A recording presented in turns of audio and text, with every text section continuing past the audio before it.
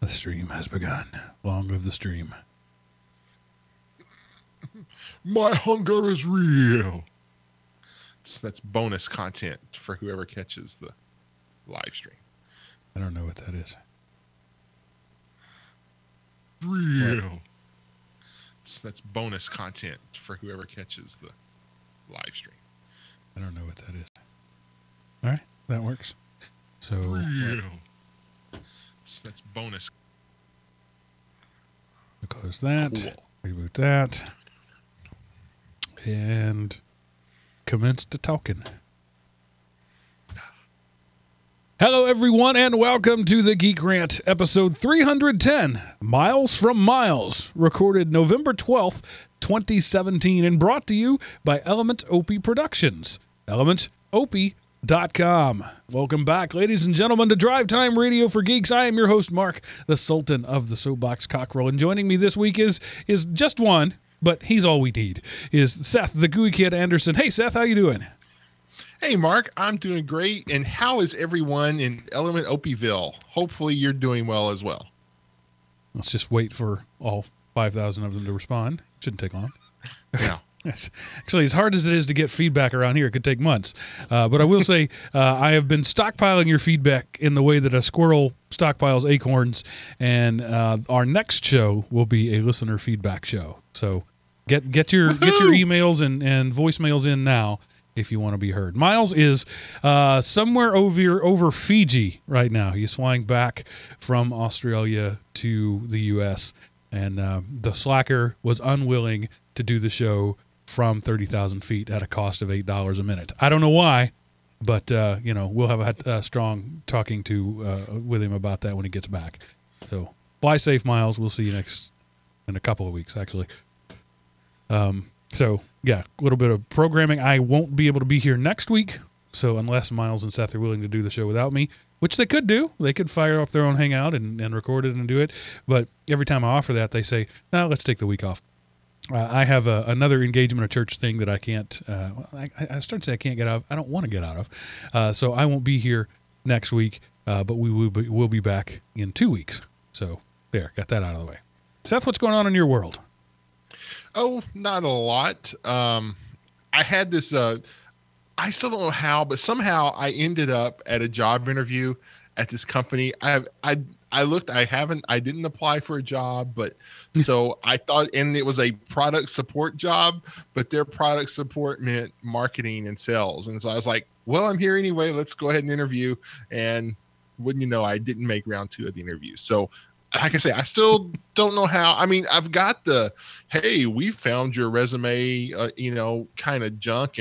But this wasn't, it was weird, but, went up for the interview, washed my clothes, had a tie, wore a tie and everything. Wow, that must have been serious. It was, because, you were supposed to dress professional. I was like, I don't own a suit. And they said, that's okay. And I mean, I was as professional as everyone else who was there. So.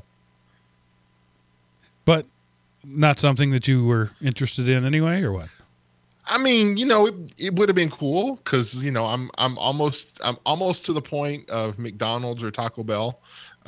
So anything, and, as much as I enjoy tinkering around with computers, if something else comes up, and I keep trying to think what else would I do, but nothing comes to mind. So, but if something else comes up, life while I'm still not too old to try it. Microsoft Certified Systems Professional here, ladies and gentlemen, within driving range of either the Dallas or the Oklahoma City metro areas. You should hire this man. Yeah, not Oklahoma City. I wouldn't drive there.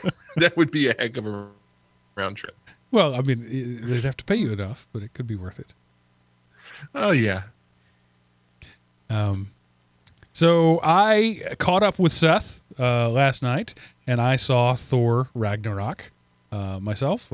Took the wife, didn't take my daughter, much to her chagrin. But we could only get, because of some other stuff that we had done earlier in the day, we could only get a 7:45 show, and I just wasn't going to have my child out till 10:30. on the night before we have to get up early and go to church. And I'm sure she would have been fine with that, but I wasn't fine with that because I have to deal with her when she's sleep deprived. So How dare you be a parent? Golly. She says that sort of stuff all the time. I'll be fine. I don't mind. Yeah, but I have to deal with you. And I know what a bear you are when you haven't slept. So anyway, she was really wanting to see it, and I will definitely have to take her. Somebody asked me today, was it a good movie? And I can't really say it was a good movie. It wasn't a good movie. It was a very enjoyable experience. It was a lot of fun. I'm glad I did it. I'll be happy to watch it again and again. But you have to turn your brain off because there's some plot holes big enough you could drive the Hulk through in that movie. And the plot really doesn't make a lot of sense. It's kind of Act 1 is some stuff happens, and Act 2 is some stuff that's kind of related to Act 1 happens, and then Act 3 doesn't relate in any way to Acts 1 or 2, but it's all fun and exciting. Not a good movie, but very much an enjoyable movie, and I'm happy to watch it again. Yeah, I would agree with that. I don't know. We can't really get into spoilers yet because it's only been out a couple of weeks, but there were so many things that happened that were just like, oh, we're just going to say this happened, and who cares what's happened in the other movies and any emotional attachment you may have had. Okay, that's done. Smile and wave, boys. So, I mean, that's about and from that sense, not good, bad form, but it was, but still very enjoyable, very funny. And there was really only 3, maybe 5 lines of dialogue throughout the entire 2-hour and 10-minute movie that tied it to the Marvel universe at large. Right. And in fact, had they not had that, you could totally have called this alternate reality stuff. So the MCU for 15 movies now, something like that, has been very careful to make everything tightly interrelated. And this one was really like Guardians of the Galaxy on its own kind of thing. And again, I'm not mad at it about that. It was still super enjoyable. It was by far the funniest Marvel movie, and it was funny without being silly, that's a difficult line to walk. But you're laughing pretty consistently throughout the film to the point where there's almost no emotional tension because there's a joke every 2 minutes. But it's okay. I don't mind. It's a comedy, essentially. This is a comedy adventure. It's a 24 hours with Nick Nolte and Eddie Murphy more than it is, a gritty crime drama. It's a road movie with Bing and Bob, basically. Yeah. I mean, that's well said. And it's the chemistry between Hulk and Thor is great. The digital animation keeps making leaps and bounds forward. There were only a few times when I went, oh, that's digital. And this is a movie where Hulk is on screen like 60 or 70 minutes out of the film. And not at any point did I go, well, that looks fake. Well, no, that's not true. There were only a couple of times. There was 3 scenes that I can think of where this is a complete non-spoiler, but at one point Thor walks into this environment where stuff is splashing down and shooting up all around him, and there's this one scene in particular that I'm sure they did it specifically for the 3D. I didn't watch it in 3D, where this shower of liquid splashes up in front of him and down behind him, and yet he doesn't get a single drop on him. And at that point, it's like bad form. Continuity people, you had the digital stuff looked great. It really looked like there was a big shower of liquid all over him, except he should have had at least a drop on him. But you missed that because he was on set with his green screen and nobody thought to put that in. So there were a few things like that where the continuity betrayed them, but for the most part, the digital effects held up. There were a few times when, dude exploded in a way that dude wouldn't explode. But other than that, it was fine. Yeah, no, I'll go with that. I mean, because we all know how dudes explode in real life. Well, I mean, we know what we know what meat looks like. That's right. That's what bothers me is going all the way back to the first Spider-Man reboot where he moved quickly, but it was so quickly that it didn't look right. He that's the trick about digital artistry in general, is that our minds intuitively know what this world that we've been living in looks like. I am 45 years old. For 45 years old, I have been processing movement and reactions and stuff intuitively. I don't think about that, but when I see that it's not right, my brain says, "Oh, that's not right. There's something foreign about that," and it stands out. And so, there's times like that where, a guy throws a punch. You've seen people throw punches in your life. You know what that looks like, and if they just get it a little bit wrong, it sticks out as a whole lot wrong. So the same thing. I've never seen a human being explode. Thank God I've never seen that. I'm sure there are listeners in my audience who have seen that. But I have seen, chunks of meat flown in directions, and it didn't look like that.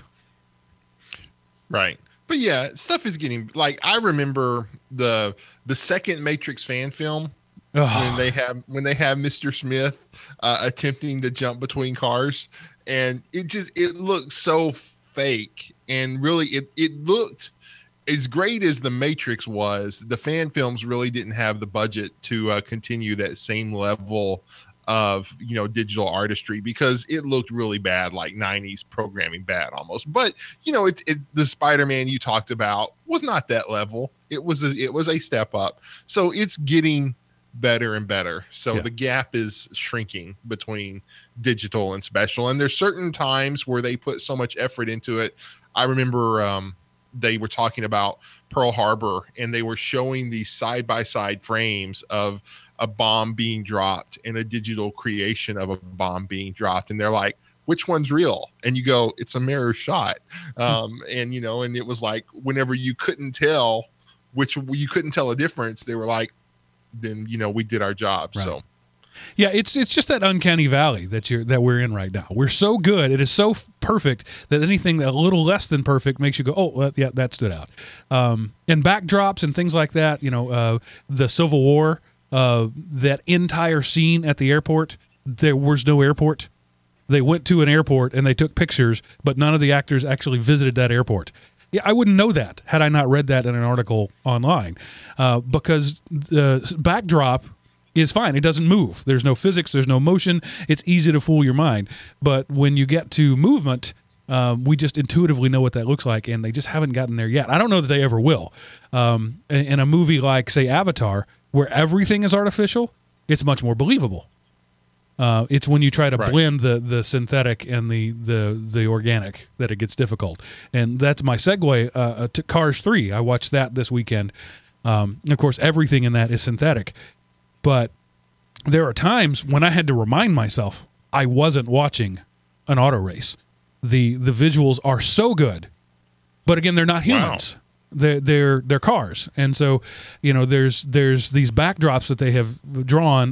There's a couple of scenes that take place on a dirt track, and when they're not playing it for campy Pixar stuff, that when they take those scenes where the virtual camera is sitting on the track and the cars fly over it and the pebbles of rubber skid across the track, they have gotten so good at that there were a couple of times I was like, wow, that looks well, that's not real, because it was just so good. So it was really an amazing visual film. I don't think the story was as strong as the first one, and the second one we don't even need to talk about that one. I have never ventured into the Cars universe, unless there's some of the fan theories that try to connect all the Pixar stuff, but I've never seen a Cars movie. Yeah, I love me some Cars. When the first one came out, my oldest child was 3, maybe 4, so we were right in that sweet spot where it was in the DVD player on a loop. But it's a really good story. Pixar, that has been the strength of Pixar since Toy Story, is they know how to tell a story. And as they have branched out over the last few years, they're losing some of that. Some of those original guys have retired, or Lasseter, for example, has moved on. He's executive directing anymore, and he's doing other stuff. He's not really directly involved with stories. So the stories have really taken a beating, and that's. In an animated film like that's they've got to pull at your heartstrings. So Cars 3 was not as good a story as Cars, but it was good enough. And my youngest child, 9, was adamantly opposed to watching it. Just wasn't interested, because she remembered the fiasco that was Cars 2. But I made her sit down and watch this. Like I bought it on Google Play. It's like, I paid $20 for this. We're gonna watch this, and this is family night. Dang it! You're gonna enjoy your family or else. But 45 minutes into it, she was totally hooked. So it was that good to do that. So Cars 3 is a solid family film. It's predictable. Cool. You could read the cover on the back of the DVD and know the entire story. There's no surprises. At the minute character A is brought into the scene, you're like, oh, okay, I see where that's going. And when character B comes in, okay, so he's this guy. But that doesn't. It's for children, right? So that you can't really do a whole lot of subtlety. But yeah, enjoyable. So Thor, Cars 3, those are my two things that I watched this week. Cool. So I want to know, are there any Dragon Ball fans in the GeekRant universe? I've been watching the show on Crunchyroll and just curious, you guys Dragon Ball fans, or is that just one of those stupid Japanese animated shows that, weird geeks watch? But with a name like GeekRant, I thought, are you out there? Let me know.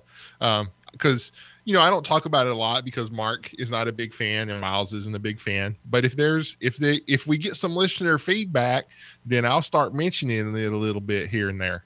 So yeah, I would have to go to Wikipedia and look up Dragon Ball to even have a conversation with you about it. But I'm happy to listen to you, because we're geeks, and if it's important to you, it's important to me. Yeah, well, like I say, is it out there? Because I don't want to. I mean, I talk to myself all the time. I don't need a podcast with two other hosts to do that. So let me know, fans, listeners. Are you into Ultra Instinct Gohan or Goku or not? So sorry, that's all I got, Mark. You're back up. All right. Okay, I guess we're done. That was quick. Thanks, folks. It's been a good show.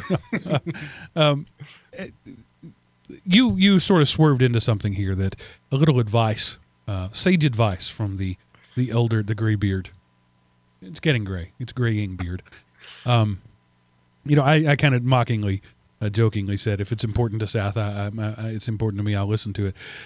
You need to, if you work in a corporate environment, as I do, but not just in corporate environments, but if you work in an environment where you depend on people, it's important to integrate yourself with those people. So there are people like at the IT where I work that are into things that I don't care anything about, but I need those people. And I need them to care about me.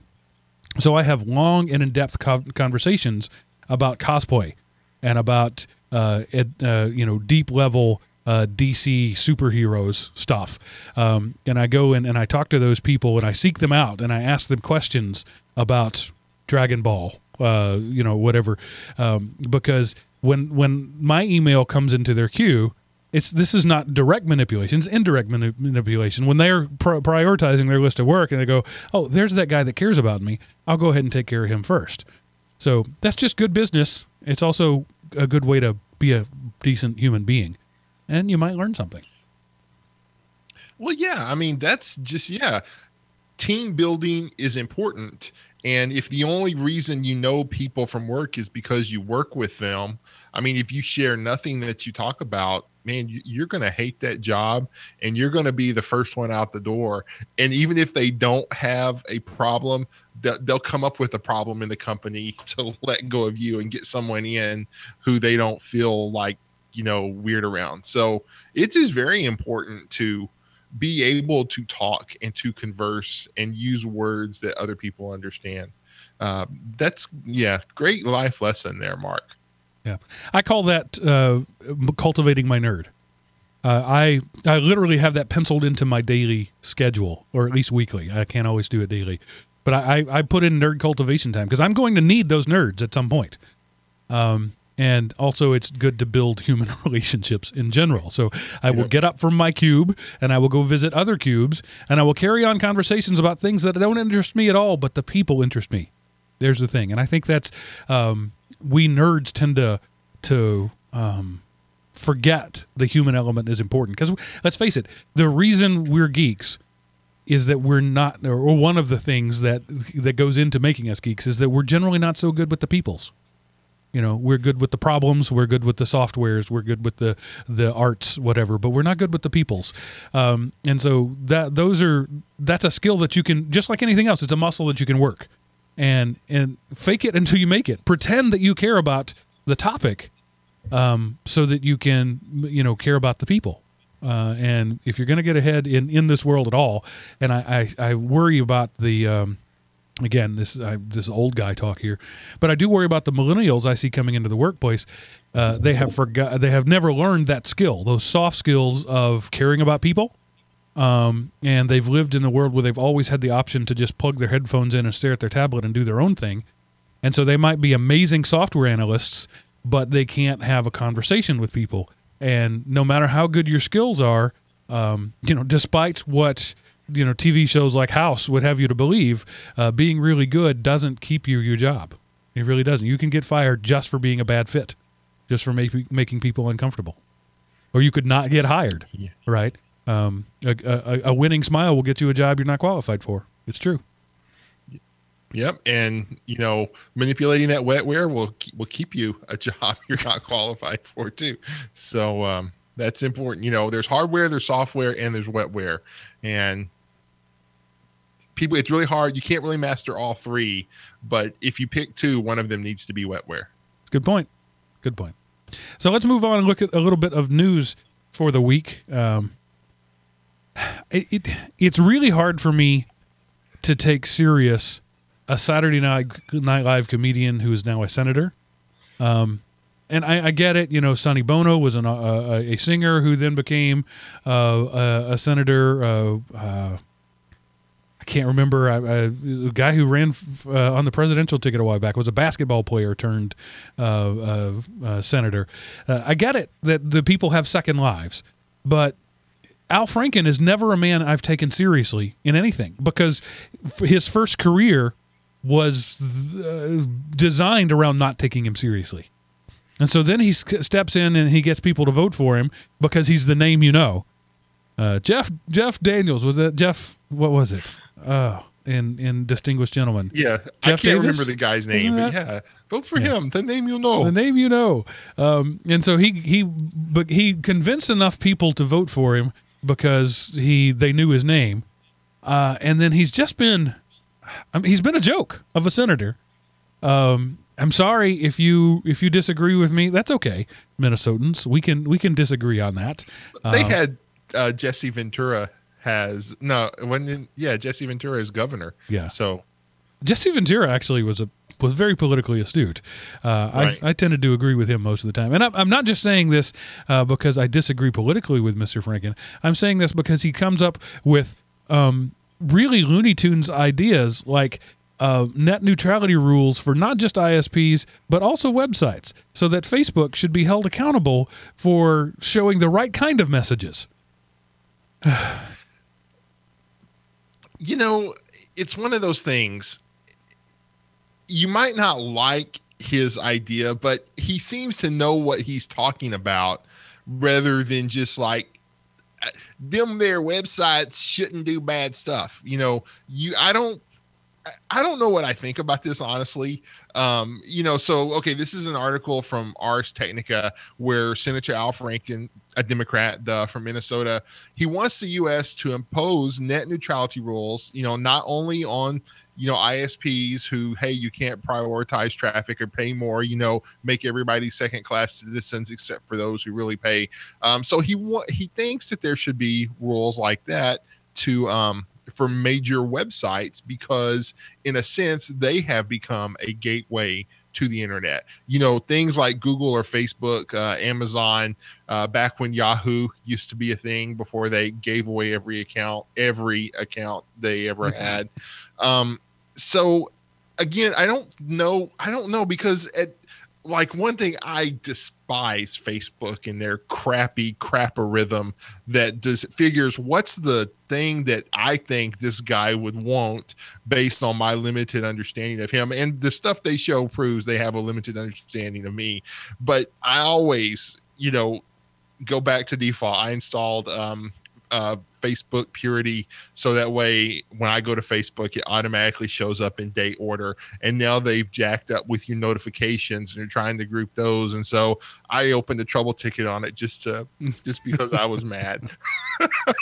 And of course, they promptly closed it with a nice little robot thing. So, but the one thing about him is he addresses the situation, and he knows what he's talking about. So obviously he is pushing an agenda, but he's one of the few, and again, I'm not very politically astute, I don't have like a scorecard of who's who in Congress and the Senate, but he seems to address technological issues. He had some questions about the iPhone and the story. I don't remember if we covered the story or if it was one of the millions that have been cut from our news section, but the questions he asked were questions that you have to know something to be able to ask those questions. Now, again, you might think, well, those were stupid questions. He needs to, leave Apple alone because America or whatever.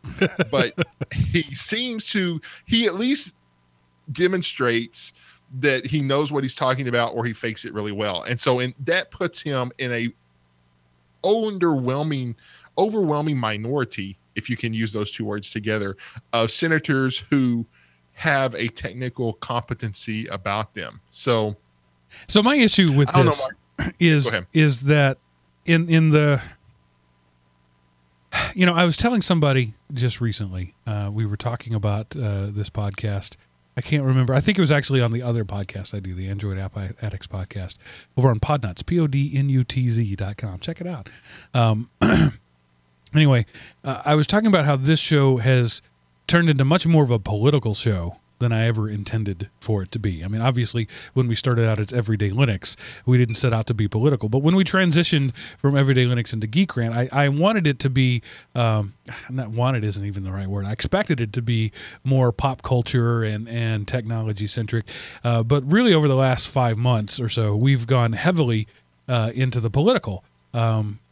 And I'm, that doesn't concern me. I'm not bothered by that. I'm not trying to stop it, but it is surprising to me that we've done that. And so here I find myself again on a show called GeekRant having a political discussion. But it is what it is. My issue with Mr. Senator Franklin, and he that is his title. He deserves it. I hate it when people call the president or senator Mr.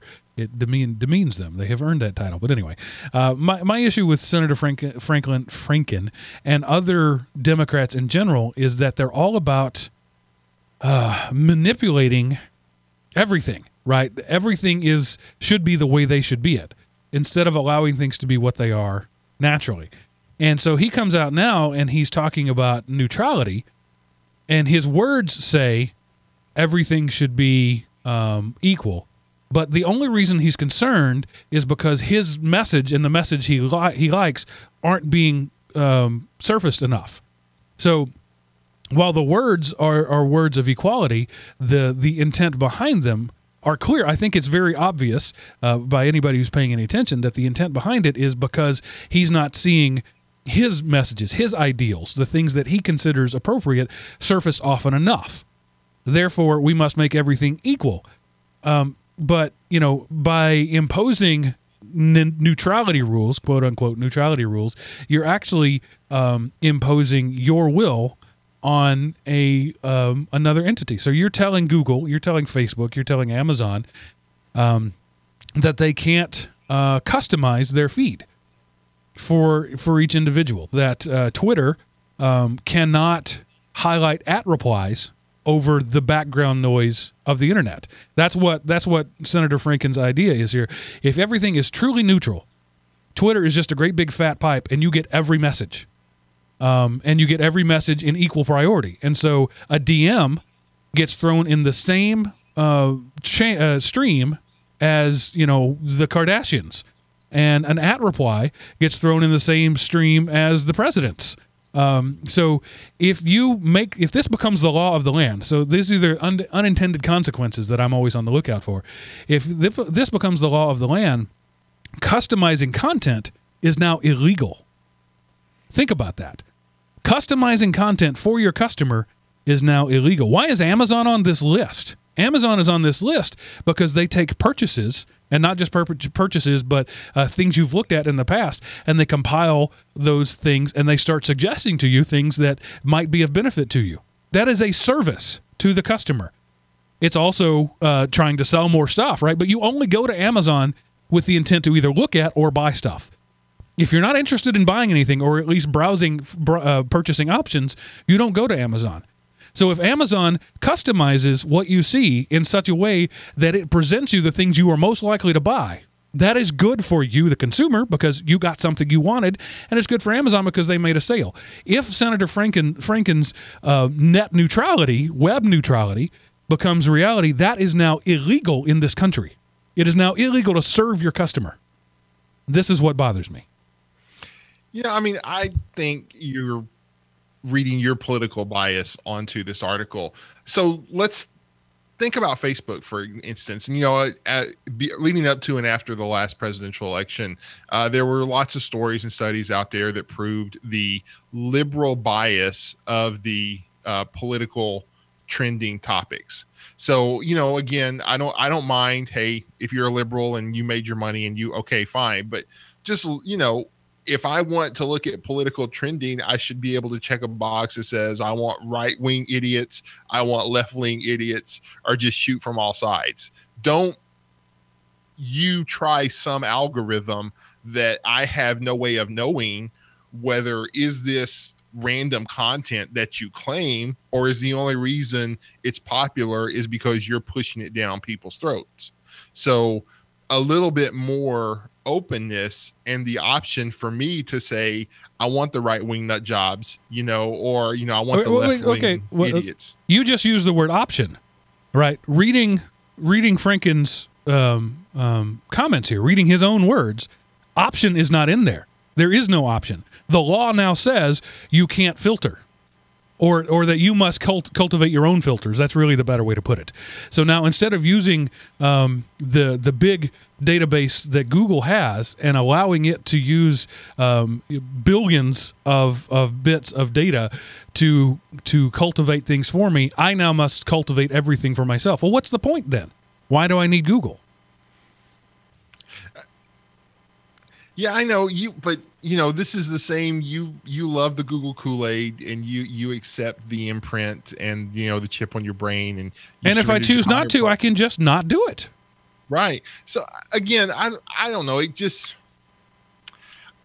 was just an interesting article, and so I don't know what I think about it, because I don't want the government saying, because when has government oversight ever done well in healthcare? In technology, look at how they destroyed IBM and then turned around and let software companies do the same, if not worse, than what IBM did in hardware. So what has the government done well? But at the same token, I don't trust I don't trust Google. I don't trust Amazon. I don't trust Facebook, even though, I use them. I have no way of knowing what they send, what they consider normal is not what I consider normal. And I am so out of step with normal society that all their algorithms do is piss me off. So, and my experience with Facebook is very similar. I give Facebook, I give them very little data. The only data they can ever collect from me are my connections with people. I have never liked anything on Facebook except my own stuff. I liked the Element Opie page. I liked the Taiwan. That's it. I've never liked anything. That is not a data point they have against me. In the 7 or 8 years I've been on Facebook, I've shared 24 things, maybe at the most. That's a pretty high number. It's probably closer to 12. I don't share. I might copy and paste something. Which again, they could analyze that, but very rarely do I share. And so commenting is essentially all they have for me: connections and comments and my own posts. So my Facebook feed is really pretty useless when it's in the suggested mode. I always turn it on and put it in most recent mode. But even then, like if I want to see something that my wife posts, I have to go to her page. I have to search for her profile and read her page because Facebook never gives me any of her stuff. Facebook has decided, I guess, that I'm not interested in her because I don't share her stuff. I don't like her stuff. I don't comment on her stuff. So with all the metrics that she has, she's not that they have, she's not important to me. So I get that, your frustration with it being useless. But I also, it doesn't bother me that Facebook is trying to serve its customers better. And you could talk about, again, all the ways in which that isn't working. But what I'm kind of laser focused on here is the potential unintended consequences that come down from later. So that's what happens when you try to solve behavior or solve economic situations with laws. You have now essentially made it the law of the land that customization is illegal. And you could say that the intent is X or the intent is Y. Intent doesn't matter when it comes to the law. A thing is either legal or not legal. So now if on my own website, if I do a survey and say, overall, do you guys like that we talk about politics or not? And I get 97% of people responding, dump the politics, talk more Linux. At that point, if Al Franken has his way, if I change my content and we never talk politics again and always talk Linux, I have now broken the law. I don't know, because you're not, it's not like you're still serving up the content, because you're creating what's there. You're not trying to, say. So again, like I say, I believe in big company creep the same way I believe in government creep. And so the problem is, I look at them both and I see, wow, there's really not a good horse in this race. So, but again, sticking with the Ars Technica article, which I forgot to put in the chat room, I'll do that really quickly for those watching there, at elementopie.com/live. Naturally, in good big government fashion, and I'm not talking Democrats or Republicans here, they're all just as guilty of this. His answer to this is investigations and hearings. We need to bring people to Washington and have them testify before a select committee because government can fix stuff. And these are the things that make me roll my eyes. When you think that a hearing in front of 12 senators has ever fixed anything, I defy you, Internet, to show me an example of where a Senate hearing has ever solved a problem. In the movie Thank You for Smoking, it was a great way to, push along the conflict between the senator and the spokesman for big tobacco. So that is the one example I can think of through all history where Senate hearings actually did serve the greater good. Yeah, very underrated movie, by the way. With Aaron Eckhart, right? Yes. Yeah, it was a good movie. It's an awesome movie. Very cynical. You think my views are cynical? Go watch that movie. Oh yeah. So yeah, I understand, but at the same token. And here's the thing. I agree with you on this point. Big government isn't going to solve the fact that people are too stupid to care about what they do as long as they have something to, mess with their senses right now. Why is Google so big? Because everybody goes to Google and types, what is 2 + 2? How do I get from Dallas to Fort Worth? What direction does the sun rise in? Those are the stupid kind of questions that people ask Google because they don't think. And so Google tracks it. Everybody goes to Facebook. Why? Because some cool person was on it and, ooh, I want to see that. I don't use my Twitter account because just the cacophony of crap was too much for me and I had to turn it off. But it's still out there, and I don't know, it probably still gets robot tweets or something sent to it. So government oversight is not the answer to the stupidity of the masses. But articles like this, people paying attention to articles like this is the antidote to the stupidity of the masses. But I don't know how to get people to pay attention to it unless we talk about it on GeekRant and, further our plans of world domination. Oh, I'm just reading. Sorry. There's a great comment here from Intellectual Thug. Great name. And he says, in part, that being a, quote, dumb pipe content provider isn't feasible if you want there to be content moderation. I hadn't even considered that. If you're calling out spam comments, you're now in violation of Franken's Law, because you're tailoring your audience and you're filtering what people see and what they don't see. So those Viagra pills for $4.99 each now must have an equal standing on any website. No. I'm for this now, because you could use this article to go after those spam bots that bombard our feed and alter the content that we would be getting otherwise. Well, no, see, that's not the thing. Under this law, you can't block them. You have to let them have equal access. So if that spam bot is giving you 32 comments a second versus the real people who give you a comment every 20 minutes, by Franken's Law, it's an open web. It's a wild, wild west. Everybody gets equal access. Okay, now when I tried to get involved in politics and I asked, I was like emailing my state representative and I was like, what does this law mean? And they said, we only wrote it. We don't know what it means. It means whatever the courts decide it means. So we can take this law and we can use it to say that the Viagra pumping spam bots are disrupting our feed and making it so we can't get a pure, unadulterated human contact internet. And we can use this to shut them down in a way the Can Spam Act could only dream of. So this is Can Spam 2.0 for the social networking world. I'm all for it now. I'll go. Yeah. Good luck with that. And I'm sure there will be no unintended consequences at all.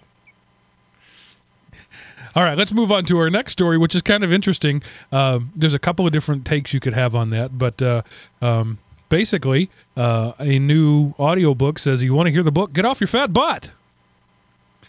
Yeah, so, okay, I was so proud of my title in the show notes, Authors Take a Stab at Population Control, because what this author intends for you to do, the only way to hear the book is you need to have your phone fully charged and you need to walk around London visiting the sites that this book references. And we all know how smart and responsible people are listening to their phones as they're walking around society. So I think this is a great way to implement population control and weed out the shallow end of the gene pool.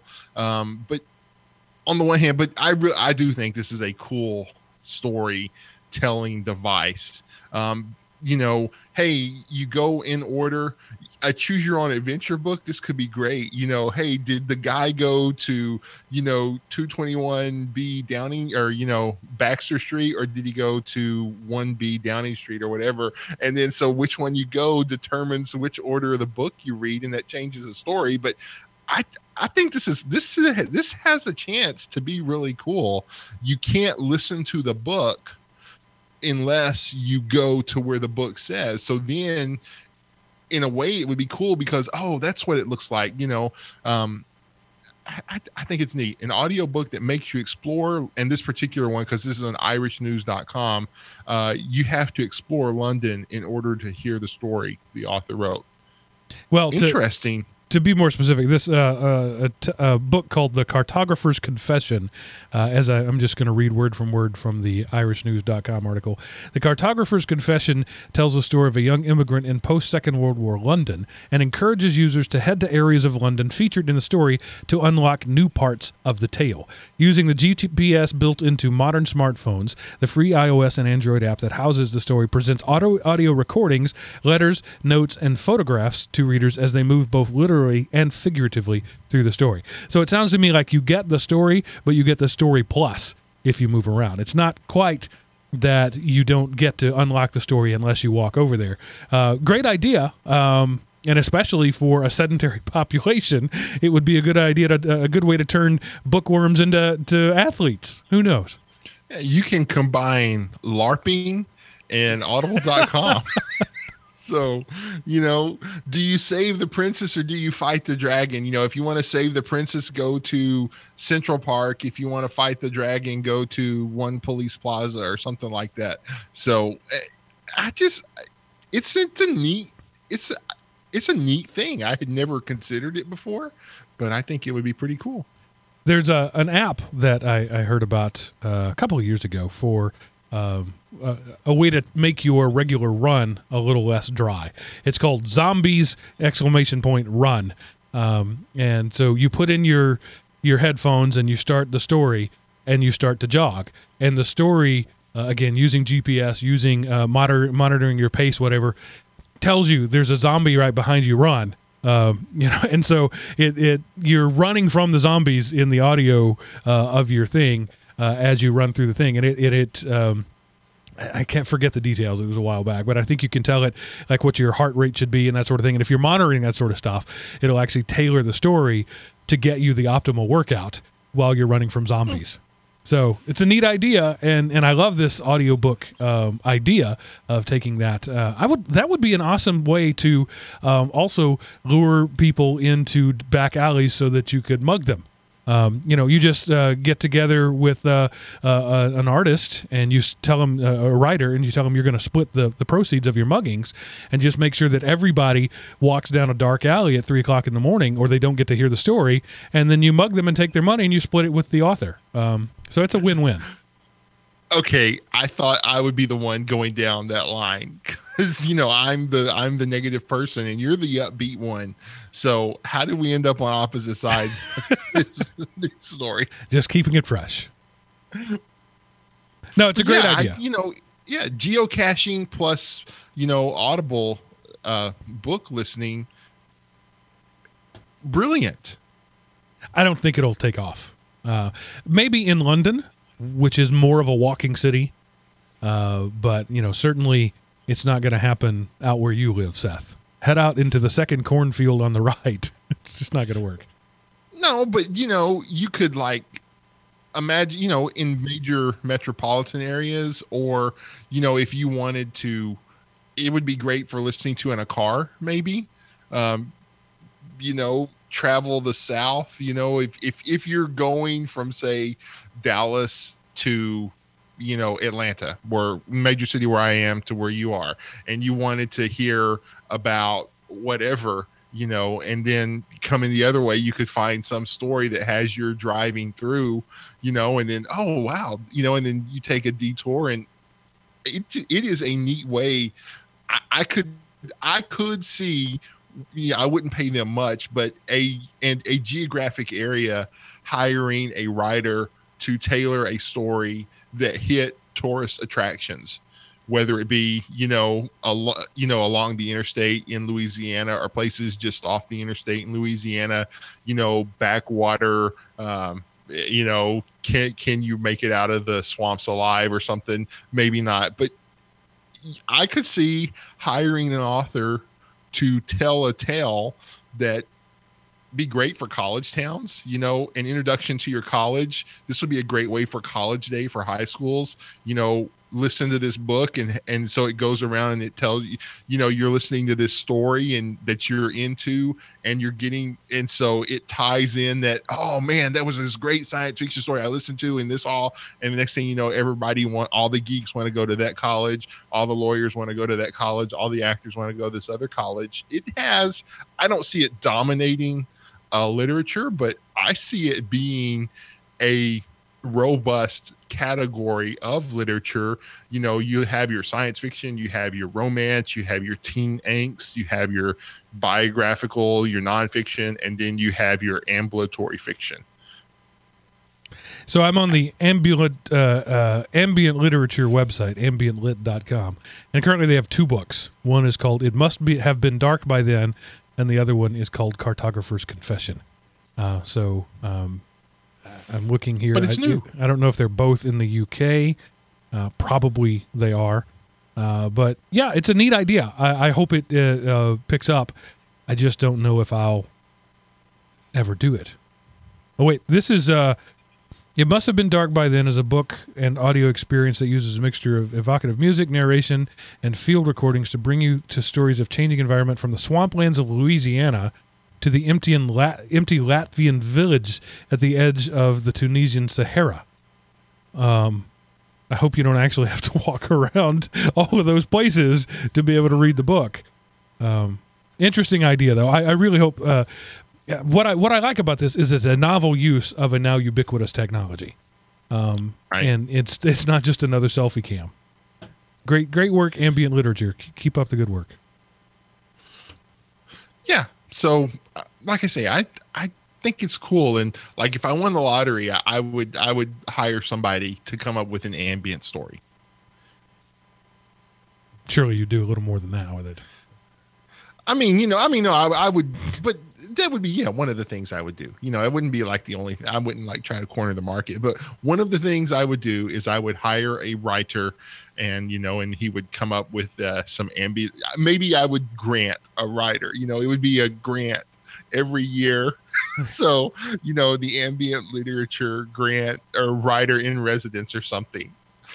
So there's an interesting listener feedback question. I know that when I'm sitting in Atlanta traffic and I pass by the sign that says the lotto jackpots, I will sometimes turn off my audiobook and just ponder what I would do with that money. In fact, I almost never buy a ticket. So the odds of me winning the lottery are significantly less than the actual odds, right? They're millions to one against, but me, it's like quadrillions to one against because I almost never buy a ticket. But I do have a plan, and I've worked this out. And I understand that I am more prone to planning than the average individual, but I know who I would call. I know who I would hire. I know what steps I would take. And I will tell you, for one thing, my wife would not be the first to know about it. It would probably be days to weeks before my wife knew about it. Because if you win, say, $200 million, at that point, your children are no longer safe in a public school in the U.S. And I think I could keep the secret. I'm pretty good at keeping secrets. I know my wife couldn't. So I would have lawyers and financial people. I would have it all booked up, and like she wouldn't know about it until we were going to the check collection ceremony. But I have a plan. Seth, do you have a plan? I don't have a plan, but I have ideas. I have pondered, on what I would do with money. Yeah. So it's in one way, it's a lot simpler for me because I have no wife and kids.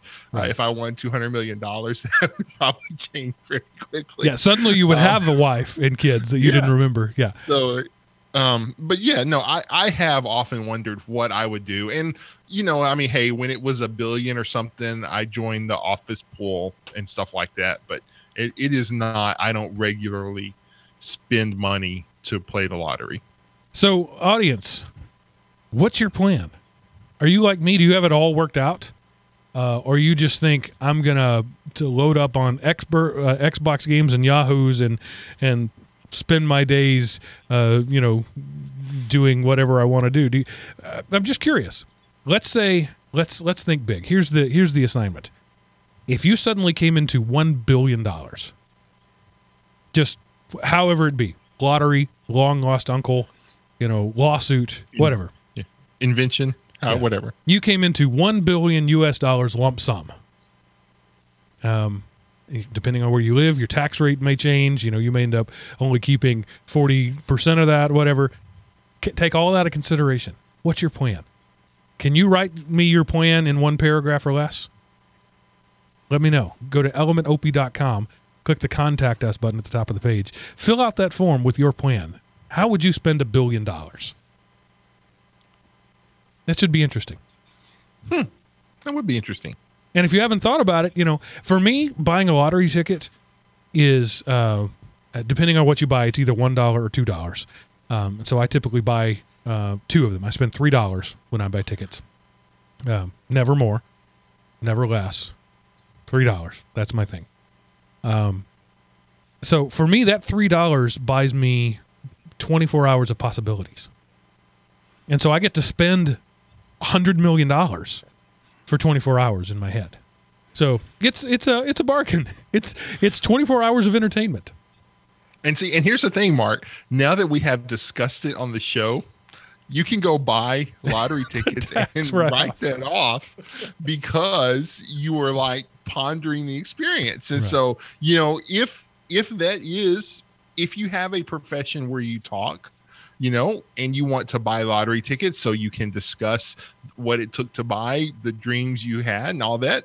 I mean, I don't see how that would not be a legitimate business expense. That's funny. We've talked about this many times. I'm a rule-driven person. I need rules in my life. I can't guide my own actions unless I have decided ahead of time what I'm going to do. I'm too unpredictable. My brain is too prone to flights of fancy. So one of my rules is, and you know, it's not my rule, at least in the United States, you can only spend cash on lottery tickets. You can't use a debit card or credit card. So one of my rules is I will only buy a lottery ticket if I have cash already. I'm not going to go to the ATM specifically to get lottery tickets. So that cuts down. I almost never carry cash. 2, I will not make a special stop for a lottery ticket. So I have to already be buying gas. I have fudged that rule from time to time and gone, I sure would like a soda pop and a bag of chips. Let me go in here. And it just so happens that the lottery is $300 million today. I have fudged that a couple of times. But those 2 rules right there, only cash I already have and only if I'm already stopping at a place, pretty much make sure I very rarely buy lottery tickets. Because I could easily get sucked into throwing $300 a month at lottery tickets and chalking it up to, you know, an investment. I'm the kind of guy who could rationalize it. I am a world-class rationalizer. And I could find a way to make that happen. So I just put those rules in place, which means I almost never buy a ticket. So when I win, it will truly be God's will for my life. The odds will be so long against it, there's no other way you could say that it was anything else. Yep. I mean, I know some great lottery jokes, but they're too long. So not for podcasts. Mark Twain said a lottery is a tax on people who are bad at math. That's Mark Twain. True. It's been around for a long time. So now, Seth, what happened this week in history? All right, Mark. So I wanted to let you know this week that on November the 9th, 2004, in a full-page ad in the New York Times, the Mozilla Project announced the release of Firefox 1.0, sometimes abbreviated as FF.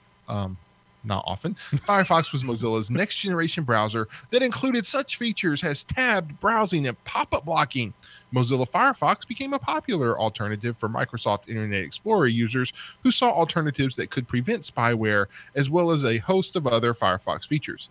Firefox is significant in internet history because it represented the first serious alternative to the dominance by Microsoft's Internet Explorer in several years. By many estimates, Internet Explorer had risen to over 90% of the browser market share since the downfall of Netscape many years earlier. And by many estimates, they mean all estimates. I don't know of anybody who ever said 90 is low. It is interesting to note, however, that it was Netscape itself that started the Mozilla project when it released the source code to their Netscape communicator software in 1998. It was upon this code base that the foundations of Firefox was laid. Firefox's original name was Phoenix, seemingly in tribute to the fact that out of the ashes of the fallen Netscape came a new browser. And that happened this week in history, Mark. And now back to you. So 13 years ago, Firefox was born. It's a teenager today, and it is undergoing teenage angst and is rapidly trying to drive away everybody who loves and cares about it. I was a Phoenix user. Long before there was a Firefox, I was using the Phoenix browser because it was such a fresh new look at everything. Tabs. Microsoft didn't get a hold of tabs for like 4 years. And Firefox was just innovative and amazing. And now it is stagnant and bloated and difficult to run on 3 of my 4 primary computing devices to the point where it's just, I don't use it. Very rarely. It went from being my primary to my every now and then when Chrome won't work. And that makes me sad. I'm sorry to make you sad, Mark. But, here is the thing.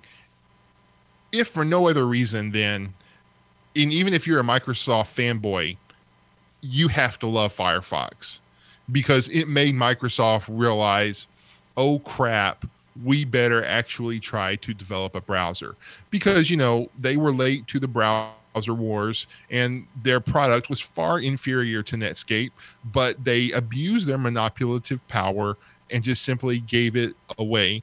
And so, Netscape couldn't afford to give its product away because that was its business, was internet web browsers.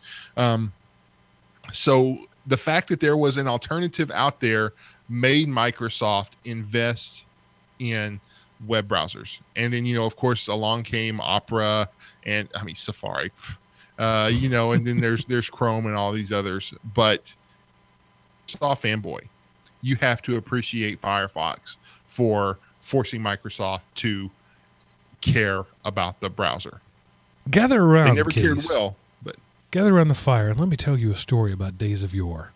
There was a time when you would go to the bookstore or the computer store and you would buy a shrink-wrapped copy of Netscape Navigator for $39.95.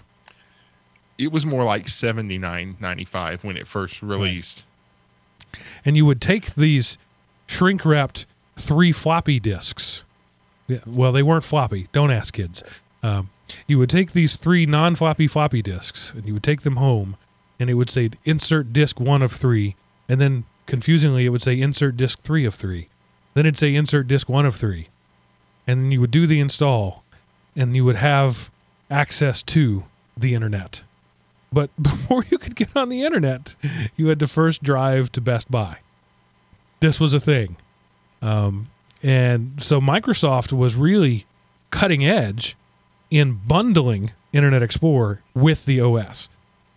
So they were competing with Netscape and the Mosaic Foundation, which later became the Mozilla Foundation.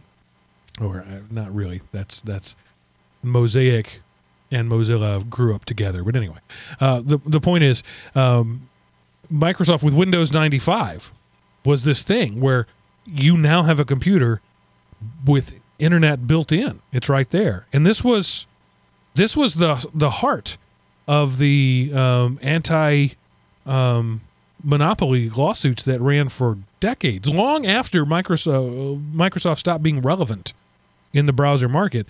They were still arguing in court over whether or not they were allowed to bundle a browser with the OS. And now it's just considered, you would not even conceive of buying a computer that didn't have a browser on it. You would not conceive of downloading an OS that couldn't immediately get on the internet. But Microsoft was the first to do it. And it was a big deal. A really amazingly, hugely big deal. And it was all because they were getting beat in the market by Netscape. Now, think about this. I still today don't understand it, all these years later. When you are selling your product, Internet Explorer, and your competitor is selling their product, Netscape Navigator, and Netscape's Navigator is outselling you, how is it a good business move to suddenly stop selling your product and start giving it away? I never understood why anybody cared. They're not making any money out of it. Nobody went and bought Windows 95 because it had Internet Explorer in it. I still to this day don't understand what all the argument. Why does anybody want browser market share? There's no money in it. Well, there used to be money until Microsoft killed it, but you get the metrics for it. Like, I was listening to a TED Talk back when I listened to TED. And he was talking, this guy was using, it was something about diseases and web searches. And, they were something about symptoms of disease or drug combinations. And so, and this guy happened to be talking, and this guy said, hey, I'm like the chief officer of Bing. Would you be interested in our results? And he was like, I don't know. Why would you ask? He says, oh, by the way, let you know that also includes everything off of the website and everything off of any Windows computer, because, you know, Bing was integrated. So all of a sudden, the crappy portal that no one uses is a treasure trove of data, because it also is the browser searches that are used to do it as well. So you get tons of metrics on the person that you can then turn around and package and use to sell your advertising space. So yay. And it's one of those things, if I can deny my competitor from having this information, it means that I have to put less effort into developing my product, I guess. So if my competitor wants it, then I need it, is, you know, that's the axiom of business, I guess. I mean, the metrics came later, so I get that that's money now, but I know somebody who understands business better than I do will have to explain that to me. Maybe you, the listener, can be the one to explain that to me by going to elementop.com and clicking the Contact Us button, or by going to dialing 559 IMOP on your mobile telephonic device. It could be your home phone, I guess, if that's still a thing. Leave us a voicemail. Let us know what you think there. We will, again, in 2 weeks, be doing an all listener feedback show. So get that stuff in now and stand up and be heard. But for now, Seth, what do you have to lower my productivity, thus making you seem like a better hiring option? All right. We haven't done this in a while, but I wanted to bring bacon back to GeekRant.